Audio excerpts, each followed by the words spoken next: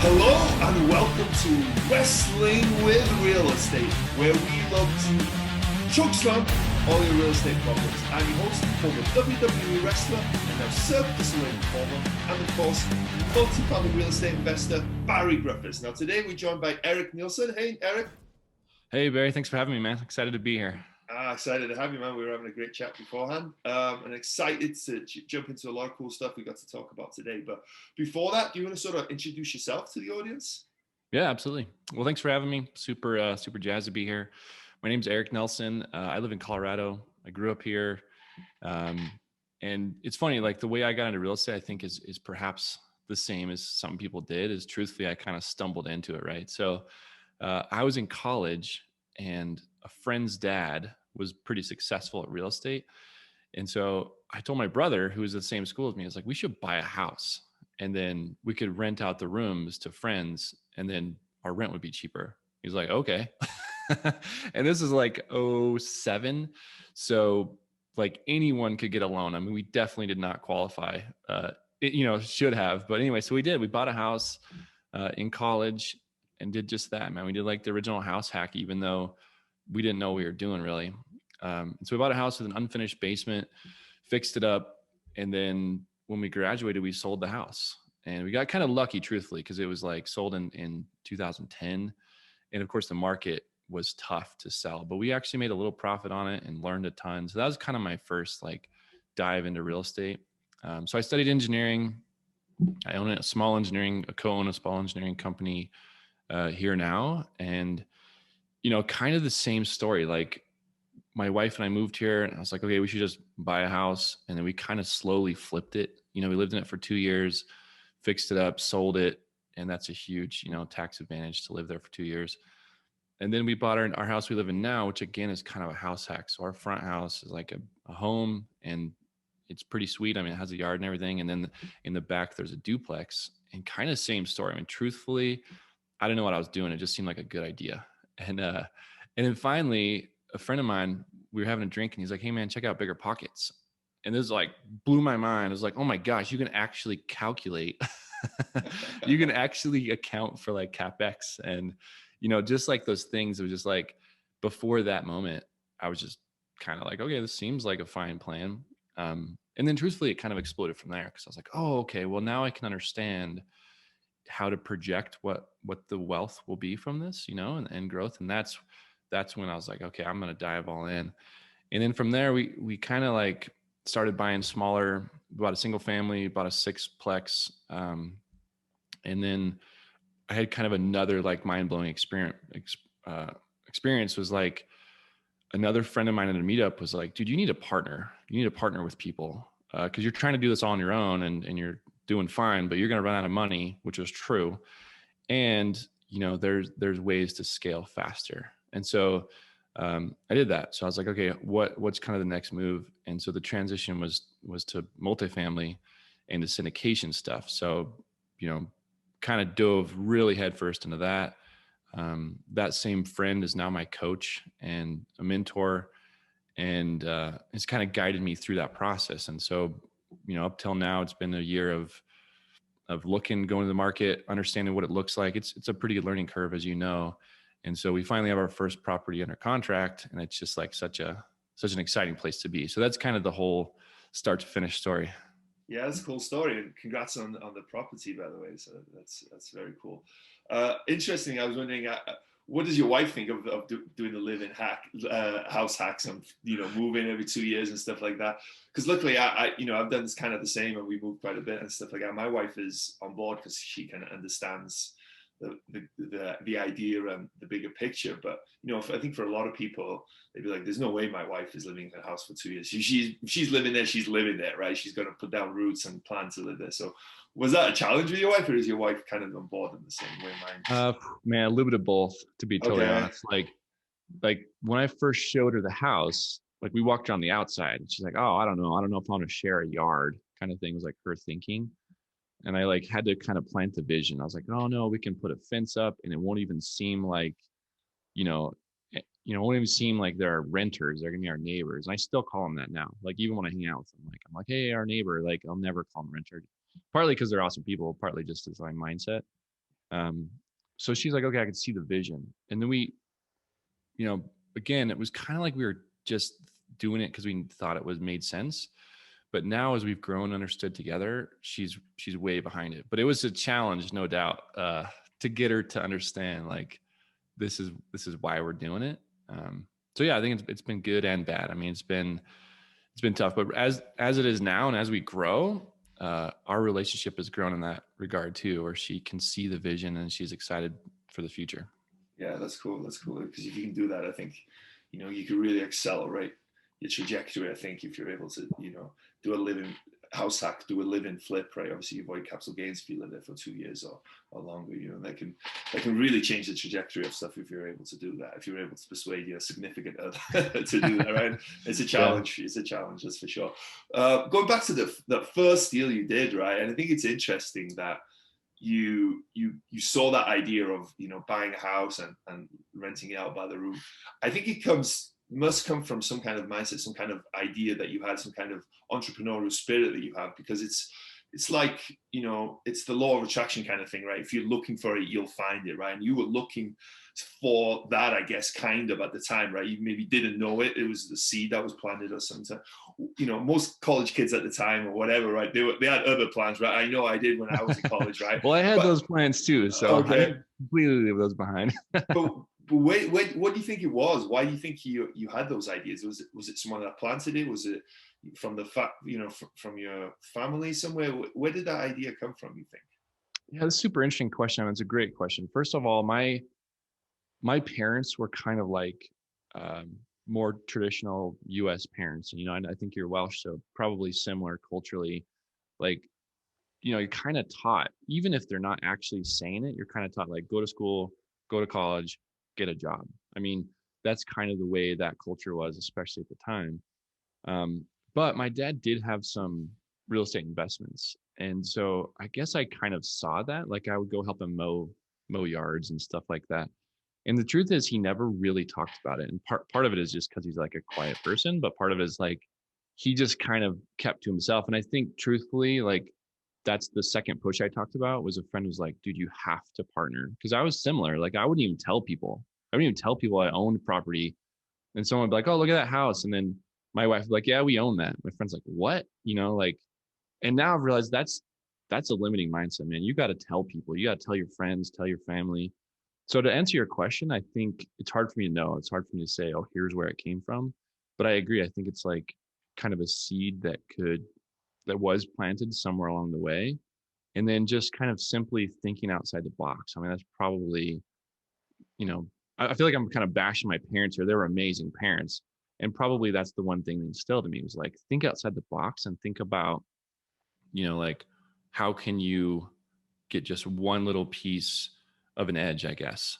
And again, I mean, I think it was like a cool idea. So I will say, like, for all those college kids out there, the one downside was when we had a house party, and we had some serious house parties, I was always the one like cringing, people like spill beer on the floor. I'm like, that's our carpet, and I couldn't like totally let go. So there is a small downside to it, but yeah, I don't really know how to answer the question. I think somewhere along the way it was planted just to like have an edge or do something out of the box. That's pretty cool. And I guess it's kind of cool to have your own house, to have the party, because your house, your rules. But like you said, I didn't think about that other side of stuff where you're like, oh, did you just scratch the floor? Or, yeah, exactly. I just painted that wall, man. Oh, so-and-so's puked in the bathroom or whatever. So, that type of stuff happens in college, right? So yeah. I mean, I wouldn't take it back. I learned so much. And I learned everything about the renovation process too. And it just, another lesson learned was like, I went in there thinking, oh, in a month's time, we'll have this whole basement finished out. Just not reality with our skill set and budget. And so it took, I don't know, probably 9 months, and I was doing it between classes and work and stuff. It was just like, it was kind of a labor of love because I enjoyed doing it, but it was also like one more thing on my plate. So were you guys cash flowing when you had the people staying in there? Were you guys making not money? Quite. So actually I do remember the numbers. Like we bought it for like 203, and remember, this is a long time ago. That house is worth probably 800 now. It's in Fort Collins. Bought it for 203. Our mortgage was like $1,100, something like that. And then we had 3 other roommates that were paying $300 a month. And so my brother and I had to cover about $100 each, which, you know, to live in a house of that size in that place was pretty sweet. And the other thing was like, we never missed a mortgage payment because, you know, it was like pretty easy to come up with $100, you know, even in college. So no, we weren't quite cash flowing, but it definitely made for like an affordable situation for sure. Yeah, well, I'd be interested. As you say, you guys bought in 2000. What kind of loan did you guys get? Did you get like 100%? Like what was? It was crazy. Wow. Actually, so my brother was in the military. We thought we were going to use his VA loan, and we actually ended up not doing that because they offered like a FHA loan that I want to say was like 1% down or something like that. Like it was such a little amount, and my parents actually helped us a little bit even with the down payment. My dad was like, "Dude, you don't have even like a couple $1,000 in your account, you're gonna buy a house?" That's what he said to me. And I was like, yeah.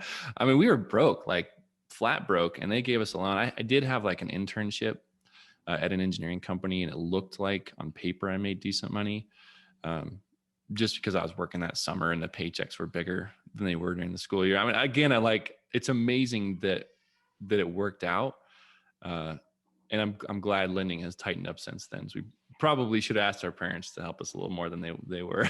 But I think anyone who could fog a mirror at that point could get a loan, right? It was kind of, yeah, exactly. It was crazy.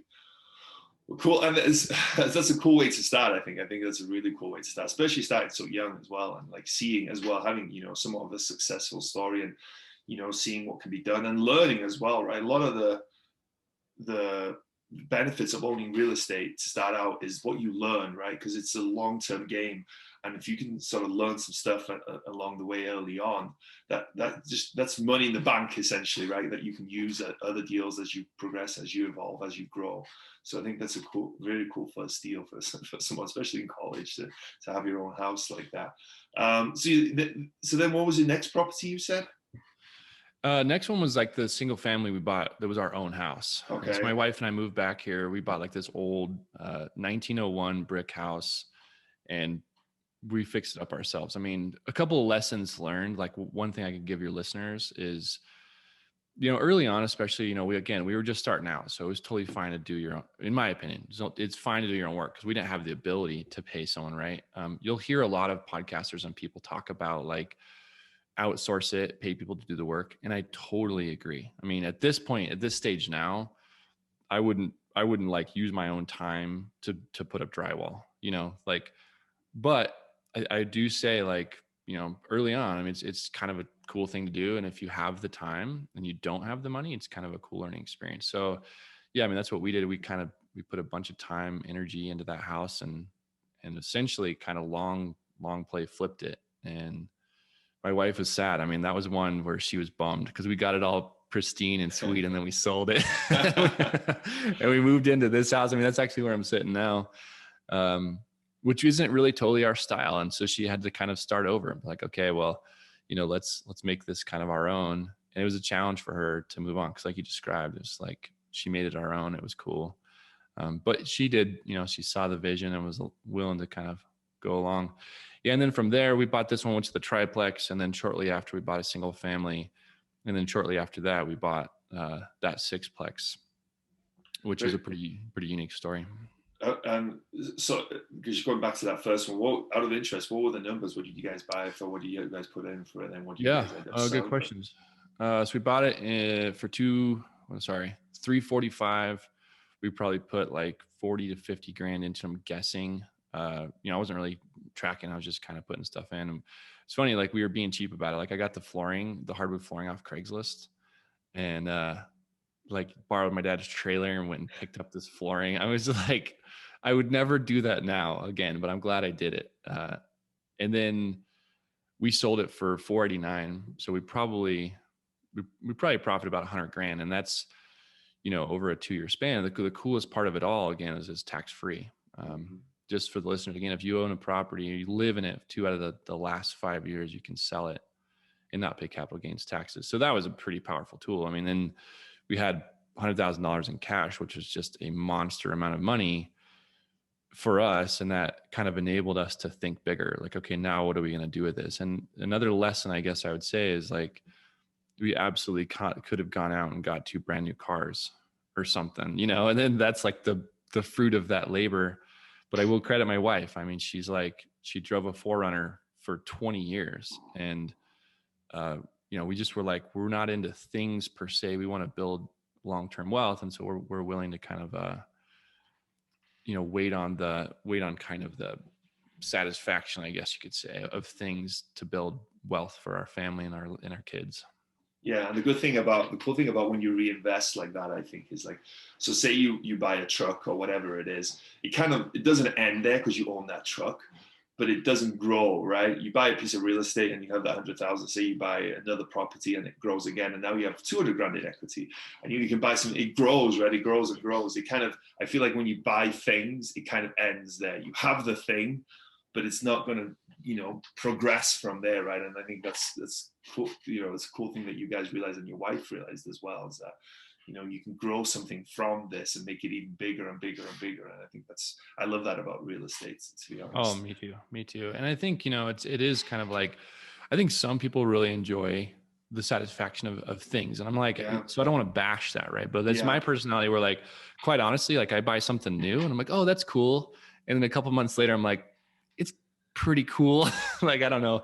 I don't get the satisfaction really of, you know, one of the things too is I love about real estate is in that process, my heart is always to improve the product, right? So like the sixplex we have, you know, I'm constantly asking tenants, like, how could I improve this place? And if it's within reach, you know, and reasonable, then that's something I want to do. So it's like building wealth, building a community, you know, doing right by the people who are living there, that type of thing. It's so much more satisfaction for me personally. Again, everyone's kind of different, but that's another thing I love about it. You're growing your wealth and you're making it a better place to be. Yeah, that's awesome. Don't talk too much about the sixplex, because as a little teaser, that's going to be what the focus of the second part of this interview is going to be, because that's a really cool story. But you guys, at what point did you guys decide, okay, we've been buying single family, you know, we've been doing the live and flip and we've been house hacking, and you know, where did the decision come to go to something, you know, 6 units? You know, when you're at that early stage, 6 units is quite sizable, right? You know, when you're starting out like that. So it must have seemed like a little bit of a jump, right? What was the decision behind that for you guys? Yeah, absolutely. And to kind of spoil it, like, you're going to ask a question about a top rope jump, and this is the one, man, but I'll answer that question later. But it's funny to use the word jump, because that's what it was. So truthfully, I mean, in my mind, I was thinking, okay, we got about 100 grand that we can reinvest somewhere.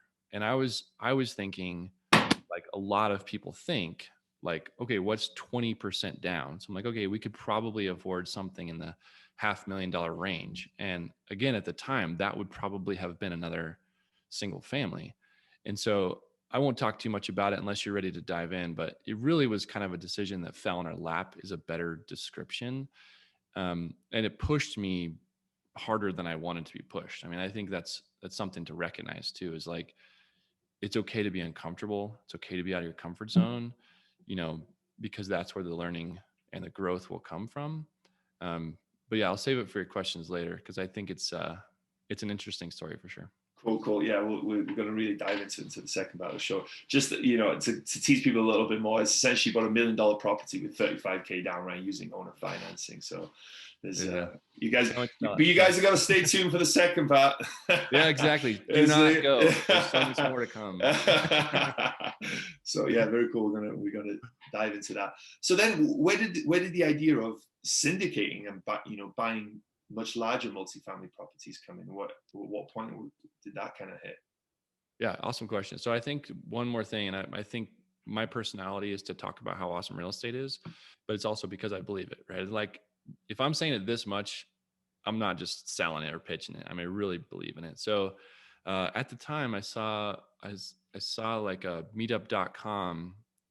This guy was hosting a meetup in town, and I was familiar with who he was. I mean, it's a small town.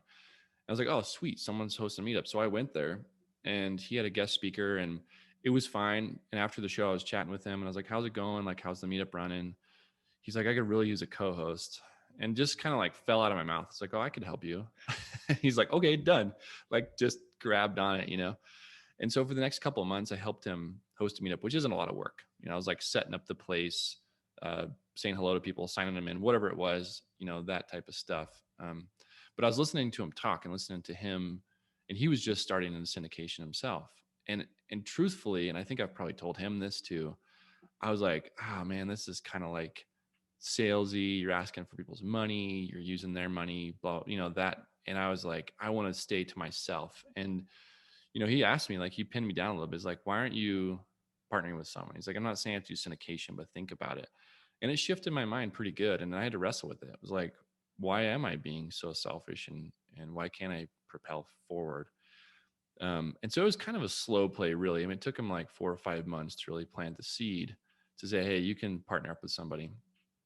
And so I was like, okay, let's talk about this more. And so since then I was like, okay, let me look at more syndication stuff. And then I really dove in. I mean, once I decided, I was willing to partner with someone, because he was like, I can be your mentor and I do some coaching. And so then once I started coaching with him, really uncovered kind of that limiting belief and thinking of why I can't partner with someone.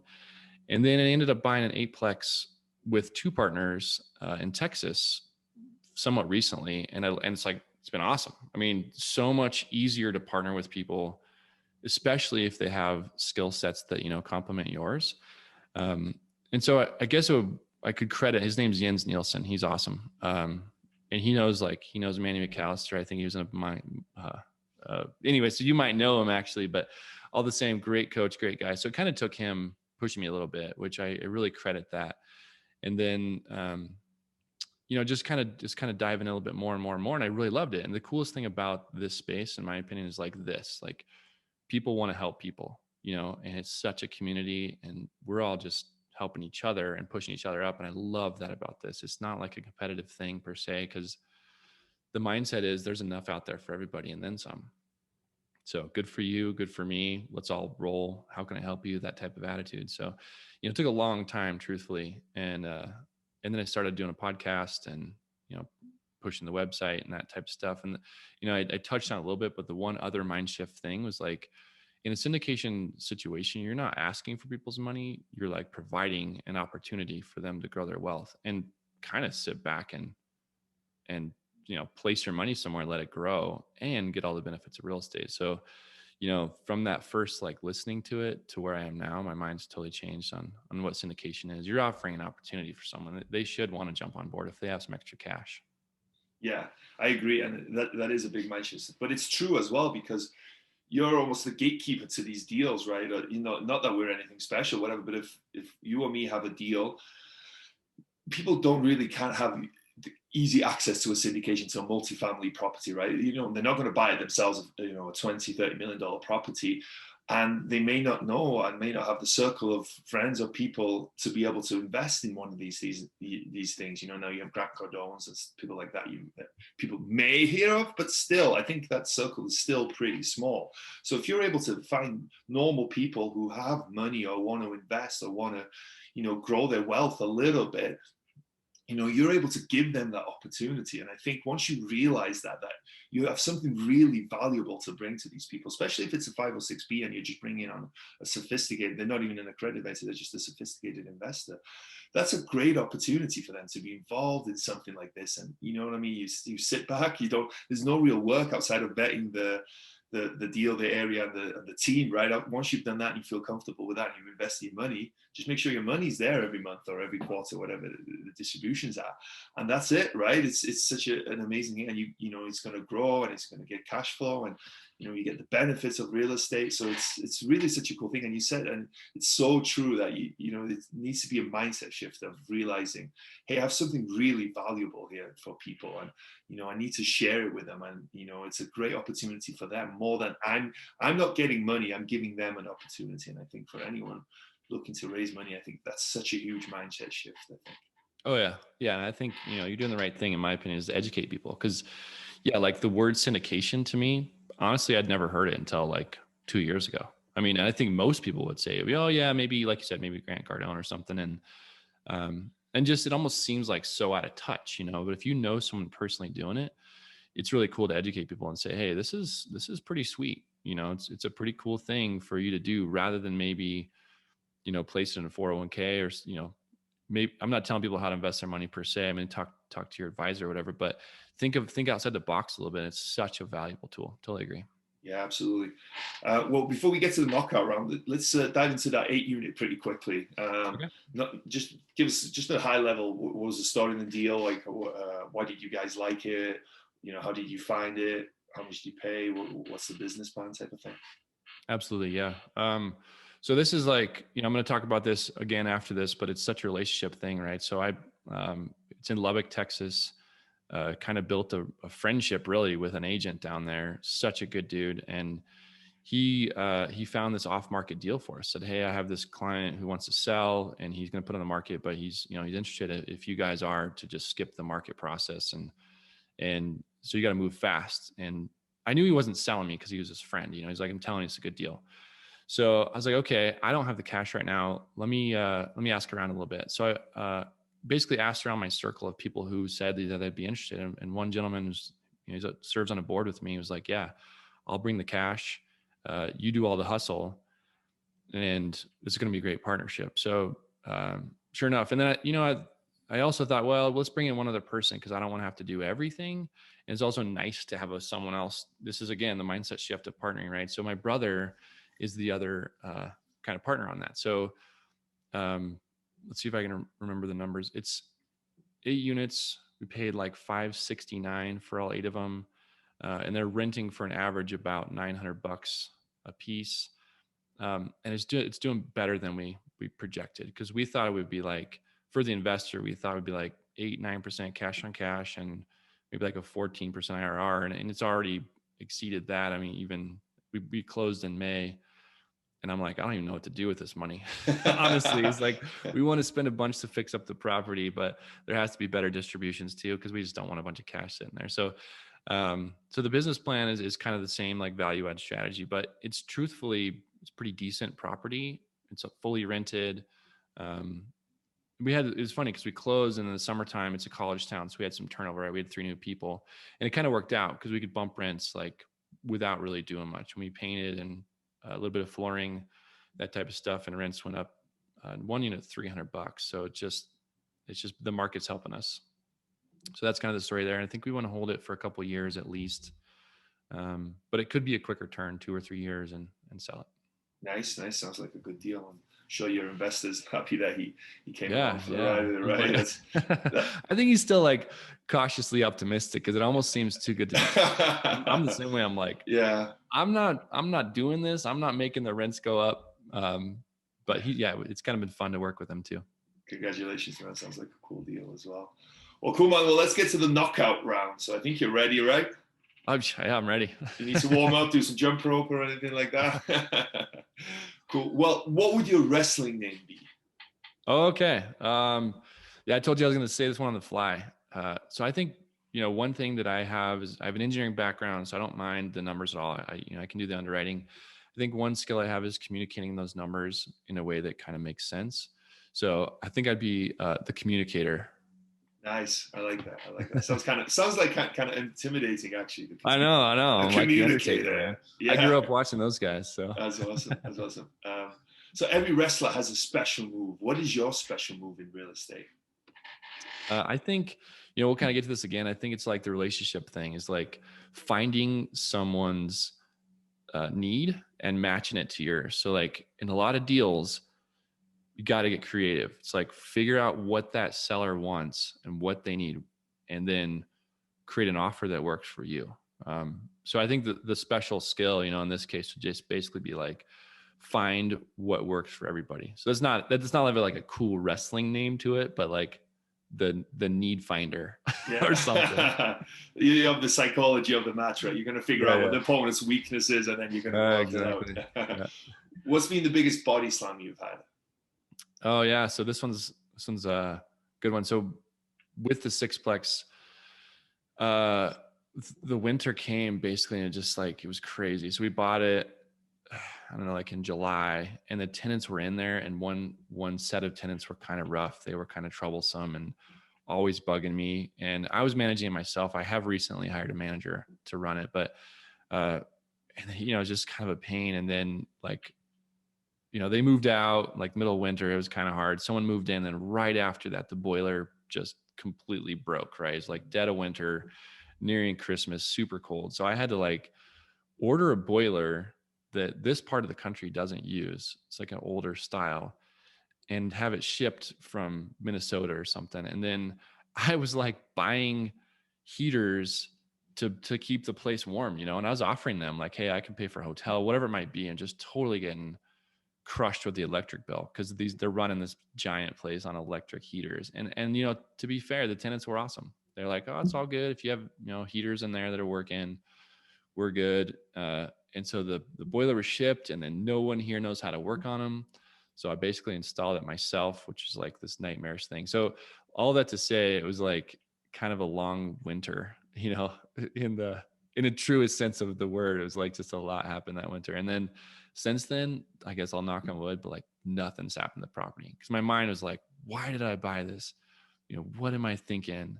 And now, it's been a little while still, and the boiler works great. I had better tenants in there and just cruising. So sometimes the body slam hurts, but you have to push through it. Yeah, and it's the ups and downs of real estate, right? It's never up, it's never down. It's you kind of go through that roller coaster. It's part of the fun. Yeah. So was there a moment that you were standing on the top rope, getting ready to jump, but you were too scared? What was it, and how did you overcome it? Yeah, awesome question. So the sixplex that we've been talking about, the sales price was $1 million. And to me, at that time, I mean, now it's still a lot of money. I don't want to underplay it, but at the time I'm like, oh my gosh, I'm going to sign on a mortgage of nearly $1 million. Like I was losing sleep. Like, what are we doing? That's so much debt, all that stuff. And my wife was like, no, you've thought about it. You got the numbers, like push on, And so I called a few friends that I trusted, like one mentor. He's like, I mean, it sounds like a good deal to me, man. I don't see why not. And it was really my wife. I mean, you asked early on, like, but that was the one moment where she basically like pushed me off the top rope. She's like, you could do it. Just go. So the overcoming it was kind of asking for validation, from friends and my wife, and it worked. That's the important part, right? Again, sort of having that network, having that circle of people around you that you can trust. And it's the same. I remember looking at properties to start off with and looking at that $1 million mark, and I was like, can I ever buy something $1 million? $1 million. Think about that. $1 million. I kept saying in my head, kept thinking about it, like, who am I to buy $1 million? Like I had that whole thing. And then you start listening to podcasts, you start hanging out with people, and you hear people doing 10, 15, 20, 30, $40 million deals. Now I think $1 million is still a lot of money. Don't get that wrong for 1 second. But $1 million deal isn't like exciting to me anymore. I want to do a $3-4 million deal or whatever. So it's just that ability to be around people and to sort of have people doing bigger things than you, I think is important to help with that mindset as well. So man, I don't want to underplay what you just said because it's super true. Is surround yourself with people doing what you want to do or been where you're going. That's super, super valuable. I was really, really lucky to find Jens because he kind of like fell in my lap. I mean, to have him be there, ready to coach me, ready to push me, it was incredible. And that's because he was doing what I didn't even necessarily want to do. But once I realized it was what I want to do, then it just grabbed hold, and it's so nice because that person who's done it before you can say, no, man, I can do it. You can do it. And that's what I'll say to all your listeners. Like, you guys can absolutely do it. It takes time and energy, effort, all that stuff, but there's no reason why anyone listening can't be a syndicator. Yeah, it's simple but not easy, right? I think that I love that saying about real estate: simple but not easy. Yeah. Well, cool, man. This has been such a fun interview. We're going to do part 2. Everyone should stay tuned for that amazing story about the 6-unit owner financing, $35K down on a $1 million property. So we're going to dive into that one. But before we go, tell people about your podcast and tell people if they want to find out more about you, where can they do so? Absolutely, yes. Podcast is called Real Estate Mindset. It's on iTunes, Spotify, whatever. I love the mindset stuff, as you probably heard on the show. So yeah, tune in there, and then you can find me at wildoakcapital.com, and there's all the Instagram and all that stuff there. So cruise there and check it out. Cool. Well, thank you so much, man. Excited for part 2. Yeah, me too. Can't wait.